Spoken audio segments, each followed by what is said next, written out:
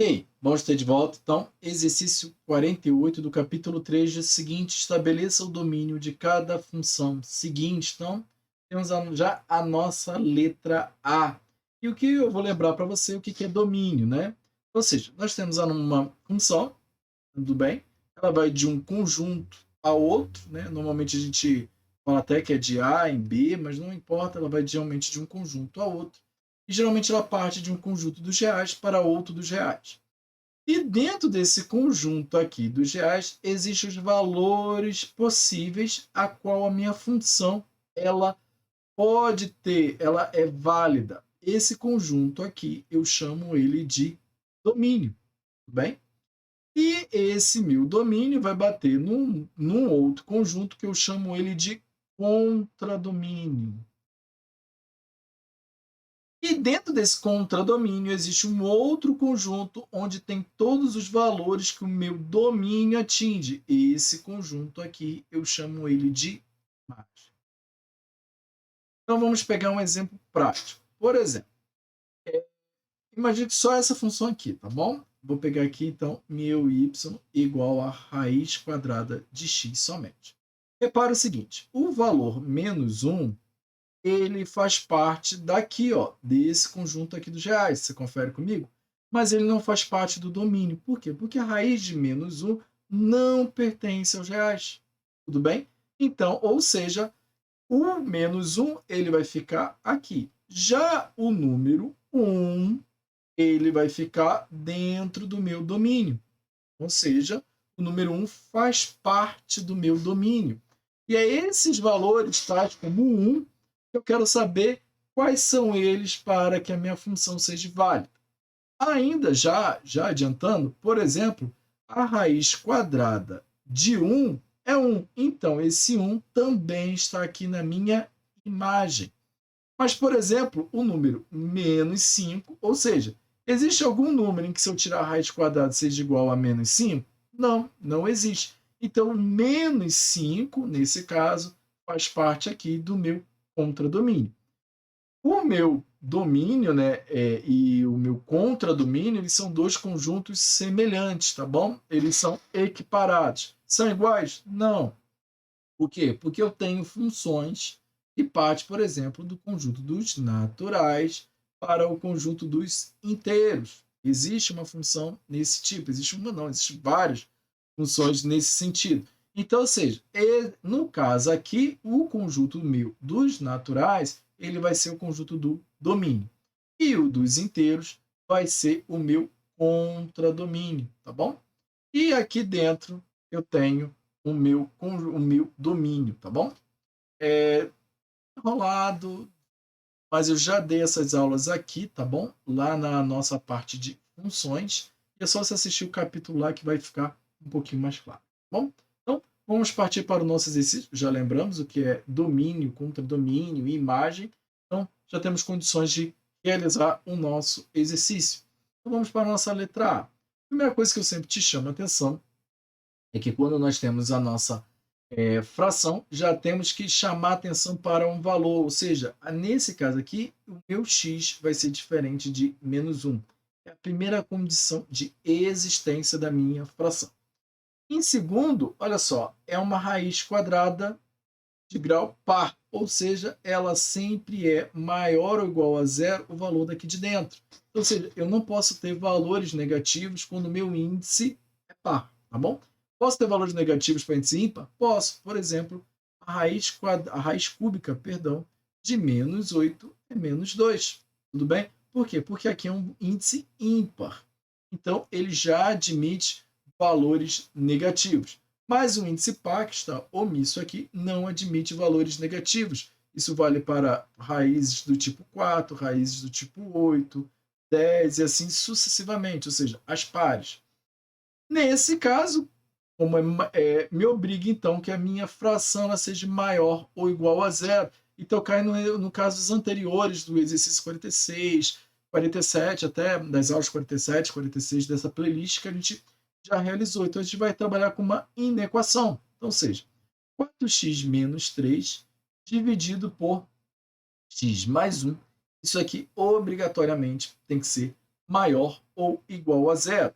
Então, ou seja, eu vou fazer uma análise do meu numerador, do meu denominador e, por último, eu vou fazer o meu conjunto solução. Vou pegar aqui, vou traçar minhas 3 linhas e vou chamar atenção para os meus pontos críticos, né?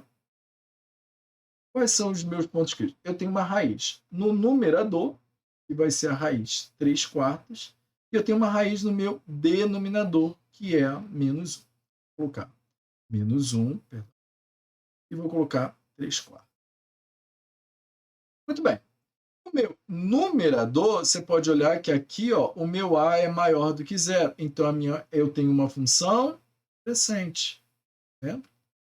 Lá nas primeiras aulas dessa playlist já falou sobre isso.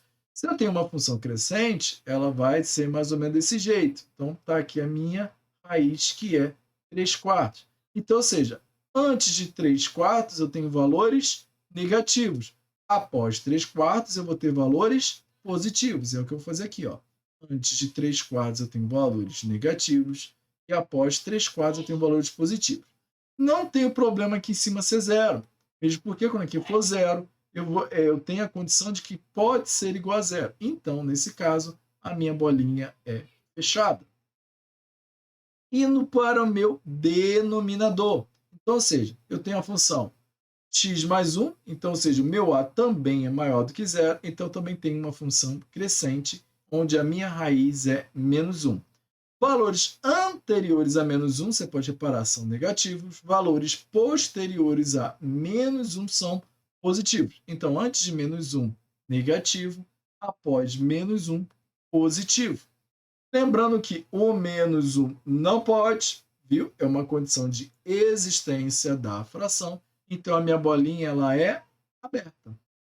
Então, quando eu tenho menos dividido por menos, eu vou encontrar uma solução positiva. Menos com mais, uma solução negativa. E mais com mais, outra solução positiva. Sendo assim, o meu conjunto solução é x pertencente aos reais, de tal maneira que eu preciso dos valores maiores ou iguais a zero. Então, ou seja, esses valores aqui, ó, ou seja, x é menor que menos 1, menor porque a bolinha está aberta, e nesse caso aqui, maior ou igual, né? Ou x é maior ou igual a 3/4. Maior ou igual porque a bolinha está fechada. E aí você sempre pode ficar na dúvida, né? Pô, Renan, quando é que você sabe que quando é menor e quando é maior? Repare uma coisa, eu estou indo daqui para cá, então repare, olha lá, ó, eu usei o sinal de menor, e nesse caso eu estou indo para lá, né? É os infinitos, né? Aqui é o mais infinito, né? E aqui é o menos infinito. Então eu estou indo para lá, repare então que eu usei o sinal de maior. Como é bolinha fechada, a gente põe o maior ou igual. Tudo bem? Então, beleza. Considero já resolvida a letra A. Vamos então para a letra B. Na letra B, vamos fazer a mesma coisa. Primeiro, a condição de existência. Olha só. X aqui, ele tem que ser diferente de 1, porque 1 menos 1, 0. E eu te chamo uma atenção para mais uma coisa. Olha só, essa outra condição de existência aqui, ó. Meu x tem que ser maior ou igual a 0. Ou seja, não adianta eu pegar, por exemplo, você vai ver mais para frente, que eu posso pegar números negativos a quais satisfazem essa parte aqui, mas não vai satisfazer essa primeira parte aqui. Tudo bem? Então, ou seja, é aquilo que eu sempre falo. Para você não correr o risco de cair em pegadinha, e você vai ver aqui no final do exercício, já separe um quadrinho das condições de existência da sua função, tá bom? Tá aqui, ó, esse quadrinho aqui. Então vamos começar a analisar. Ao mesmo passo que a gente fez com a letra A mesma coisa vai acontecer aqui. Então, ou seja, x menos 2 dividido por x menos 1 tem que ser maior ou igual a 0. E eu vou fazer a mesma coisa. Vou fazer uma linha para o meu numerador, outra linha para o meu denominador e a minha linha solução. Vou fazer as minhas linhas e vou ver meus pontos críticos. Quais são os meus pontos críticos? Primeiro aqui em cima, né, que é o x igual a 2. Por que é um ponto crítico? Porque 2 menos 2, 0. Então, ou seja, Antes dos 2 eu tenho um comportamento para a função, depois do 2 eu tenho outro comportamento de função. Aqui embaixo também, que é x igual a 1.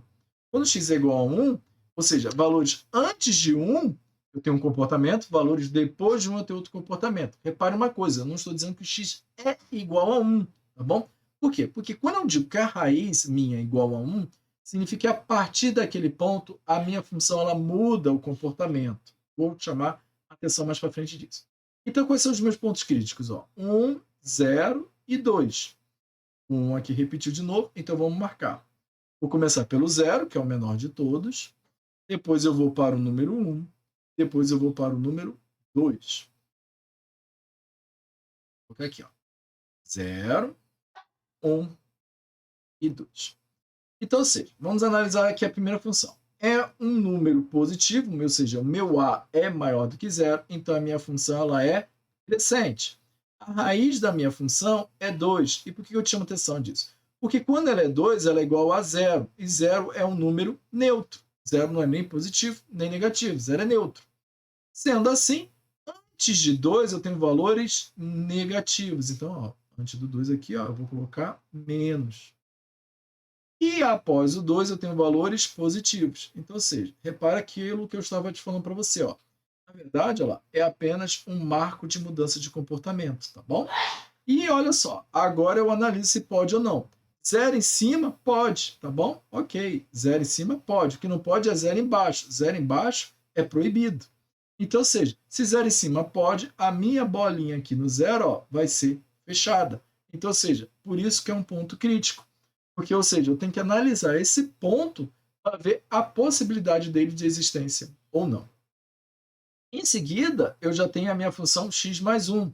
Olha só, acontece a mesma coisa, perdão, x menos 1. Acontece a mesma coisa. O meu a, ele é maior do que 0. Maior do que 0. Se meu a é maior do que 0, a minha função também é crescente. Então, no meu marco 1, tá vendo? Valores antes de 1 são negativos e valores posteriores a 1 são positivos na minha função. Então, analisando o meu conjunto de solução, olha só. Vou apagar aqui. Quando eu analiso o meu conjunto solução, eu percebo o seguinte, menos com menos dá mais, menos com menos dá mais com menos dá menos e mais com mais dá mais. Lembrando que o meu x tem que ser diferente de 1, então a minha bolinha do 1 aqui é aberta. E aí, olha só, o exercício, olha só, lembra da minha condição de existência? X maior ou igual a 0. E olha só, valores menores do que 0, aqui dá positivo. Tá vendo? Vou apagar aqui. Então, ou seja, nessa fração aqui, se eu botar valores inferiores a 0, aqui tá ok, dá positivo. Só que aqui dá ruim. Entendeu? Então, ou seja, se eu pegasse, por exemplo, o valor menos 2, então, ou seja, lá, vai ficar menos 2 com menos 2, menos 4, menos 2 com menos 1, menos 3. Então, ou seja, é a raiz quadrada de 4 terços. Beleza, existe. Ok, é um número lá, você pode jogar na calculadora que existe. Mas a raiz quadrada de menos 2 não existe. Pelo menos no conjunto dos reais, que é o que a gente está trabalhando agora. Então, ou seja, eu não posso pegar valores, era a condição de existência, que eu te chamo a atenção aqui, menores do que 0. Então, ou seja, esses valores para cá, eles não existem para mim. Entendeu? Então, ou seja, toda essa parte aqui, eu tenho que desconsiderar da minha função. Por quê? Porque eu preciso estabelecer essa condição de existência aqui, Olha lá, valores superiores a 0, pode 0, beleza? Então aqui, o 0 tá bolinha fechada, mas somente para a minha direita. Para a minha esquerda eu não posso pegar valores inferiores a 0, tá bom? É uma condição de existência. Sendo assim, continuando, eu preciso de valores maiores ou iguais a 0, então você repare que entre 0 e 1, entre 0 e 1, excluindo 1 e incluindo 0, eu posso pegar valores desse tipo. Por que eu não posso pegar 1? Porque a condição daqui, quando o meu denominador vai zerar, e valores entre 1 e 2 eu não posso, porque vai dar valores negativos, mas valores superiores a 2, eu novamente também posso pegar.